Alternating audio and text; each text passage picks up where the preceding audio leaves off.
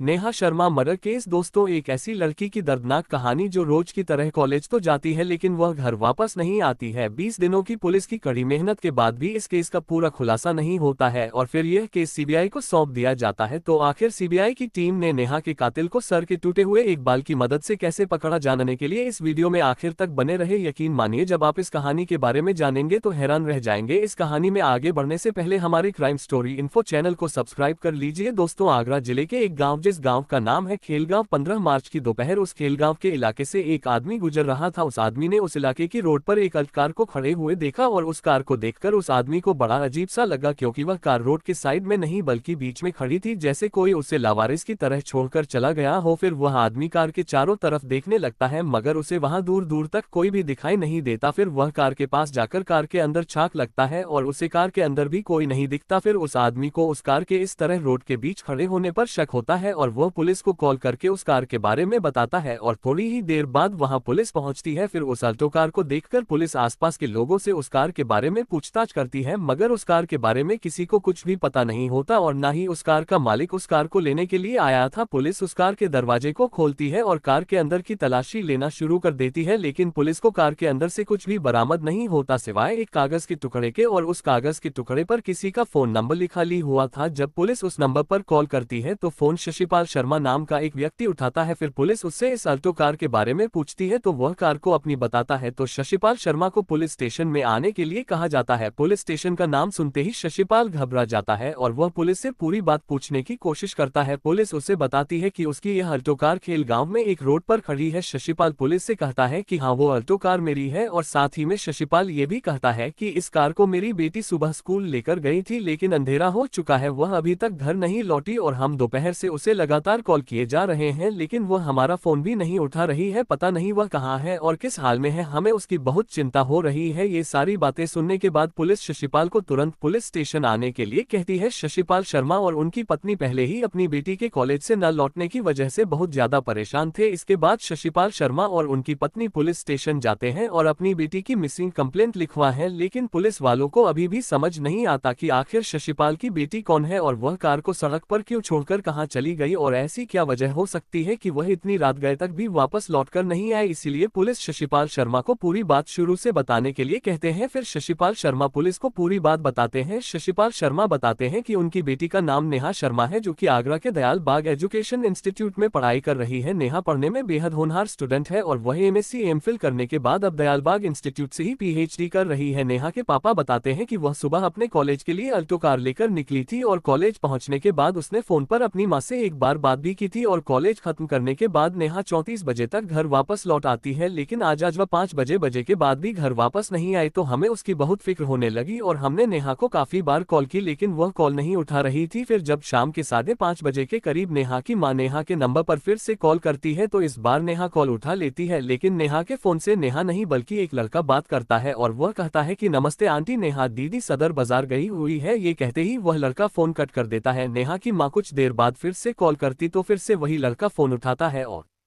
कहता है कि नेहा दीदी मूवी देखने के लिए गई हैं और वो टिकट खरीदने के लिए लाइन में खड़ी हुई है। ये बोलते ही वह लड़का फिर से फोन कट कर देता है और इसके बाद नेहा का नंबर स्विच ऑफ आने लगता है। नेहा के मम्मी पापा और भाई तीनों ही बहुत ज्यादा परेशान हो जाते हैं और फिर वह खुद ही नेहा को ढूंढने की कोशिश करते हैं, उससे बात करने की भी कोशिश करते हैं, लेकिन तमाम कोशिशों के बाद भी वह नेहा का कोई पता नहीं लगा पाते। अब सारी बात सुनने के बाद पुलिस को पूरी कहानी समझ में आती है और पुलिस भी नेहा की छानबीन करना शुरू कर दी है। पुलिस तमाम जगहों पर नेहा के बारे में पूछताछ करती है, नेहा की दोस्तों से लेकर रिश्तेदारों तक सभी से पूछताछ करती है, लेकिन नेहा का कहीं कोई भी सुराग नहीं मिलता है। पुलिस रात में ही सदर बाजार से लेकर सारे सिनेमा घरों में नेहा को तलाश करने के लिए जाती है, लेकिन वहां से भी नेहा का कोई सुराग नहीं मिलता। इधर नेहा के माता पिता की चिंता लगातार बढ़ती जा रही थी और रात भी काफी हो चुकी थी, इसलिए पुलिस नेहा के माता पिता को घर वापस भेज देती है और अगले दिन इन्वेस्टिगेशन को और आगे बढ़ाने का फैसला करते हैं। अगला दिन यानी 16 मार्च 2013 की सुबह नेहा के माता पिता पुलिस स्टेशन में जाते हैं और पुलिस पुलिस वालों के साथ मिलकर नेहा शर्मा को ढूंढने लगते हैं। पुलिस सबसे पहले दयालबाग इंस्टीट्यूट में जाकर यानी उसी कॉलेज में जिस कॉलेज से नेहा शर्मा पिछड़ी कर रही थी नेहा के बारे में पूछताछ करती है। कॉलेज और आसपास के लोगों से पूछताछ करने के बाद पुलिस को एक बहुत ही खास जानकारी मिलती है। पुलिस को पता चलता है कि कॉलेज के कुछ स्टूडेंट ने नेहा शर्मा को आखिरी बार उसी कॉलेज के नैनो बायोटेक्नोलॉजी लैब की तरफ जाते हुए देखा था। इसके बाद पुलिस और नेहा शर्मा के माता पिता तुरंत ही बायो लैब में पहुंचते हैं। वहां के लैब टेक्नीशियन यशप्रीत का दरवाजा खोलने को कहते हैं और जैसे ही पुलिस लैब का दरवाजा खोलती है और लैब के अंदर एंट्री करती है तो कॉलेज के स्टाफ समेत नेहा के माता पिता और पुलिस वालों की आंखें खुली रह जाती हैं, क्योंकि लैब के अंदर चारों तरफ खून ही खून फैला हुआ था और वहीं सामने खून में लटपट नेहा शर्मा की लाश पड़ी थी। नेहा शर्मा के मुंह की आवाज को बंद करने के लिए उसके मुंह में रुमाल ठूस कर उसके दोनों हाथों को पीछे की ओर बांधा गया था। ऐसा लग रहा था जैसे उसके साथ कोई जबरदस्ती की गई हो। नेहा के गले पर, उसके पेट पर और उसके पूरे जिस्म पर इतने सारे कट लगे हुए थे कि पुलिस के लिए उस वक्त शायद उन निशानों को गिनना भी मुश्किल था। इसके बाद पुलिस पूरी लैब की छानबीन करती है, लेकिन पुलिस को उस लैब में किसी भी तरह की हाथापाई के सुराग नहीं मिलते हैं, मगर लाश के ठीक पास में पुलिस को एक कांच की आधी टूटी हुई पपीट मिलती है और आधी पपीट नेहा के पेट में घुसी हुई होती है। नेहा की ऐसी हालत देखते हुए पुलिस यह अंदाजा लगाती है कि या तो नेहा का रेप हुआ होगा या फिर रेप करने की कोशिश में उसकी हत्या कर दी गई है। ये सब देखकर नेहा के माता पिता की बहुत हालत खराब हो जाती है। वह दोनों अपना होशो हवास खो देते हैं। जिस बेटी को वह सारी रात इधर उधर ढूंढ रहे थे, लेकिन नेहा बेटी अपने ही कॉलेज की लैब में इतनी भयानक हालत में मिलती है, ये तो उन्होंने सपने में भी नहीं सोचा था। इसके बाद पुलिस उस लैब को सील कर देती है और नेहा की डेड बॉडी को पोस्टमार्टम के लिए भेज दिया जाता है। और अगले दिन जैसे ही नेहा के कत्ल की खबर अखबारों में आती है तो इस खबर से दयालबाग और आगरा के लोगों के होश खराब हो जाते हैं, क्योंकि कहीं ना कहीं ये केस भी दिल्ली के निर्भया कांड के जैसा ही था और इसी वजह से दयालबाग के स्टूडेंट से लेकर स्टूडेंट के पेरेंट्स तक सड़कों पर उतर आते हैं और पुलिस के खिलाफ नारेबाजी और धरना प्रदर्शन करना शुरू कर देते हैं और जल्द से जल्द नेहा के हत्यारों को पकड़ने की मांग करते हैं। इसी वजह से नेहा केस को लेकर आगरा पुलिस पर बहुत ज्यादा प्रेशर होता है और फिर पुलिस वाले भी नेहा केस में शामिल हो जाते हैं और फिर दयालबाग के बड़े बड़े ऑफिसर को भी इस केस के समर्थन में शामिल होना पड़ता है। फिर इस घटना के तीसरे दिन पुलिस की कई टीमें बनाई जाती हैं और अलग अलग जगहों पर पूछताछ करती है। पुलिस इन्वेस्टिगेशन के दौरान नेहा के दोस्त, रिश्तेदार और आसपास के करीब 250 से भी ज्यादा लोगों से पूछताछ करती है कि हो सकता है शायद किसी ने लैब के अंदर या बाहर आते जाते किसी न किसी को देखा हो, लेकिन किसी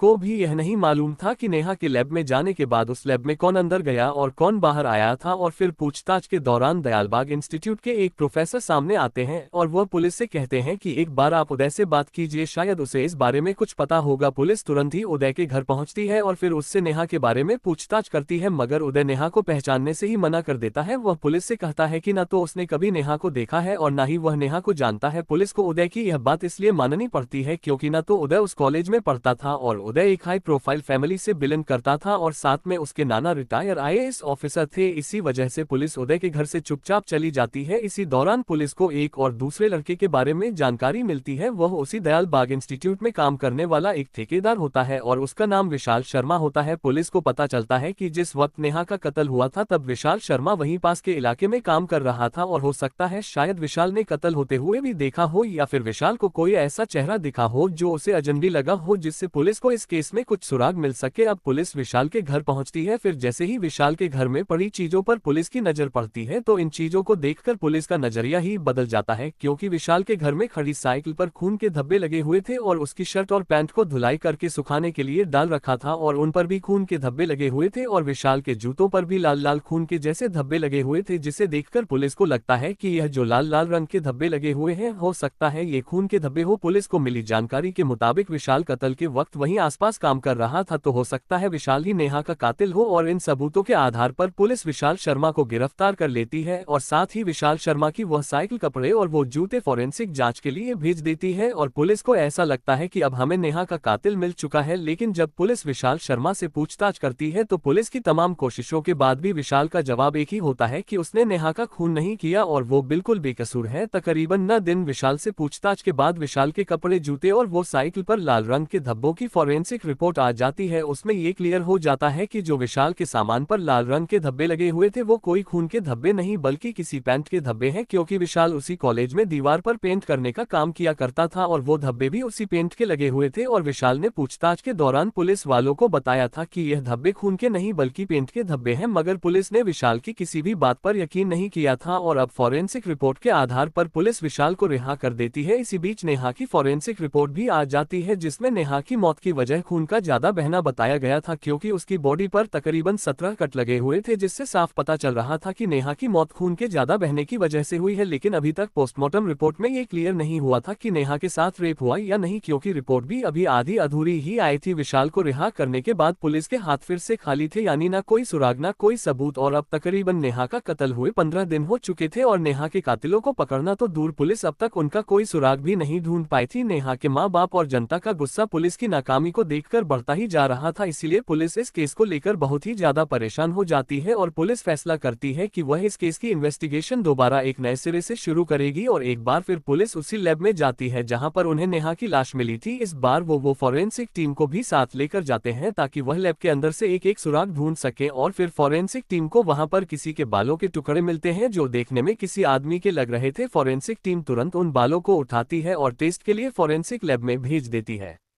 पुलिस की एक टीम जब एक बार फिर दयालबाग इंस्टीट्यूट में पूछताछ करने के लिए जाती है तो पुलिस को वहां के स्टूडेंट दोबारा उदय से ही पूछताछ करने को कहते हैं, और साथ ही वह पुलिस को ये भी बताते हैं कि उदय हमेशा नेहा को छेड़ता रहता था और हमेशा उसका पीछा किया करता था, इसलिए हो सकता है उदय ने ही यह कत्ल किया हो। पुलिस उदय से पहले ही पूछताछ कर चुकी थी, फिर भी स्टूडेंट्स के कहने पर पुलिस एक बार फिर उदय के घर पहुंचती है और उससे पूछताछ करती है। लेकिन उदय एक IAS फैमिली से बिलोंग करता था और वह बहुत ही पावरफुल लोग थे, इसलिए उदय का परिवार पुलिस वालों के खिलाफ कोर्ट में केस कर देते हैं और पुलिस पर उनके परिवार को बेवजह परेशान करने का आरोप लगा देते हैं। अब पुलिस और भी ज्यादा परेशान हो जाती है जैसे जैसे समय बीतता जा रहा था और जनता का प्रेशर भी पुलिस वालों पर बढ़ता जा रहा था। न तो उन्हें नेहा का कातिल मिल रहा था और न कोई सबूत मिल रहा था, मगर कहते हैं मुजरिम कितना ही शातिर क्यों ना हो, लेकिन एक ना एक दिन आखिर वह पकड़ा ही जाता है। अब इस घटना में एक नया मोड़ आता है। पुलिस को इस केस में एक और नाम सुनने को मिलता है और वह नाम था यशवीर संधू, जो कि उसी इंस्टीट्यूट में लैब टेक्निकल का काम करता था। आसपास के लोगों ने यशवीर के बारे में बताया कि 15 मार्च की शाम यशवीर को उन्होंने नेहा की अल्टो कार को कॉलेज से बाहर ले जाते हुए देखा था और उसे खेलगांव के इलाके में भी देखा गया था जहां पर नेहा की कार लावारिस खड़ी थी। पुलिस तुरंत ही यशवीर को गिरफ्तार करती है और कड़ाई से पूछताछ करती है और थोड़ी सख्ती दिखाते ही यशवीर अपना मुंह खोल देता है। यशवीर पुलिस वालों को बताता है कि मैंने ही नेहा की कार को खेलगांव के इलाके में ले जाकर छोड़ दिया था और यह सब कुछ मैंने उदय के कहने पर किया था, लेकिन मेरा कत्ल से कोई लेना देना नहीं है। मैं नहीं जानता नेहा का कत्ल कैसे हुआ और क्यों हुआ, मैं बस इतना जानता हूं कि उदय ने मुझसे नेहा की कार को ले जाने के लिए कहा था। यशवीर के बयान के बाद आगरा पुलिस उदय को गिरफ्तार करने जाती है और उन बालों की DNA रिपोर्ट भी आ जाती है जो उन्हें उस लैब से मिले थे और वो DNA रिपोर्ट उदय के बालों से मैच हो जाती है। अब आगरा पुलिस के पास उदय के खिलाफ 2 सबूत थे और इन सबूतों के आधार पर आगरा पुलिस उदय को बहुत ही आसानी से गिरफ्तार कर लेती है और अब उदय से पूछताछ शुरू होती है। पूछताछ के दौरान पुलिस उदय के सामने 2 सवाल रखती है। पहला सवाल, क्या तुमने यशवीर से नेहा की कार को ले जाने को कहा था और हाँ तो क्यों कहा था। दूसरा सवाल ये था कि अगर तुम नेहा को नहीं जानते तो फिर तुम्हारे बालों के टुकड़े उस लैब के अंदर से कैसे बरामद हुए। पुलिस के सवाल सुनकर उदय के पसीने छूट जाते हैं, लेकिन फिर भी वह झूठ पर झूठ बोलता जा रहा था। लेकिन पुलिस सच उगलवाने के लिए हर मुमकिन कोशिश करती है। पुलिस हर बार एक ही सवाल को उदय के सामने बार बार रिपीट करती है ताकि वह कोई गलती करे और पकड़ा जाए, और फिर काफी कड़ाई से पूछताछ के बाद उदय हार मान लेता है और सच बोलने पर मजबूर हो जाता है। जब उदय पुलिस वालों को सच्चाई बताता है तो इसे सुनकर पुलिस वालों के होश फाक जाते हैं। उदय कहता है कि हाँ, मैंने ही नेहा का कत्ल किया है और मैंने ही नेहा को लैब के अंदर बंद करके उसके जिस्म पर कट लगाए और उसे जान से मार दिया। अब उदय ने पुलिस के सामने ये तो कबूल कर लिया था कि नेहा का कत्ल उसी ने ही किया है, लेकिन वह अब भी पुलिस को यह नहीं बता रहा था कि उसने नेहा का कत्ल क्यों किया था और ऐसी क्या वजह थी कि उसने एक PhD स्टूडेंट को इतनी बेरहमी से मार दिया था। फिर पुलिस उदय के खिलाफ सारे सबूत इकट्ठा करती है और 16 जुलाई 2013 को लोअर कोर्ट में चार्जशीट दाखिल कर देती है, लेकिन पुलिस उस चार्जशीट में उदय पर सिर्फ कत्ल का ही आरोप लगाती है और नेहा का रेप हुआ था या नहीं पुलिस इसका पता नहीं लगा पाई थी। और इसी बात से नेहा के माता पिता और जनता में पुलिस के खिलाफ गुस्सा बढ़ता गया। अगर नेहा का रेप नहीं हुआ तो फिर उसका कत्ल क्यों किया गया, आखिर ऐसी क्या वजह थी कि उदय ने नेहा का कत्ल कर दिया, और पुलिस के पास इस सवाल का कोई जवाब नहीं था। इसके बाद नेहा के माता पिता और जनता ने नेहा मर्डर केस में CBI से जांच कराने की मांग करने लगते हैं। इसके बाद आगरा पुलिस 29 अगस्त 2013 को नेहा मर्डर केस CBI को सौंप देती है। फिर कुछ महीनों बाद CBI अपनी रिपोर्ट में एक नई थ्योरी कोर्ट के सामने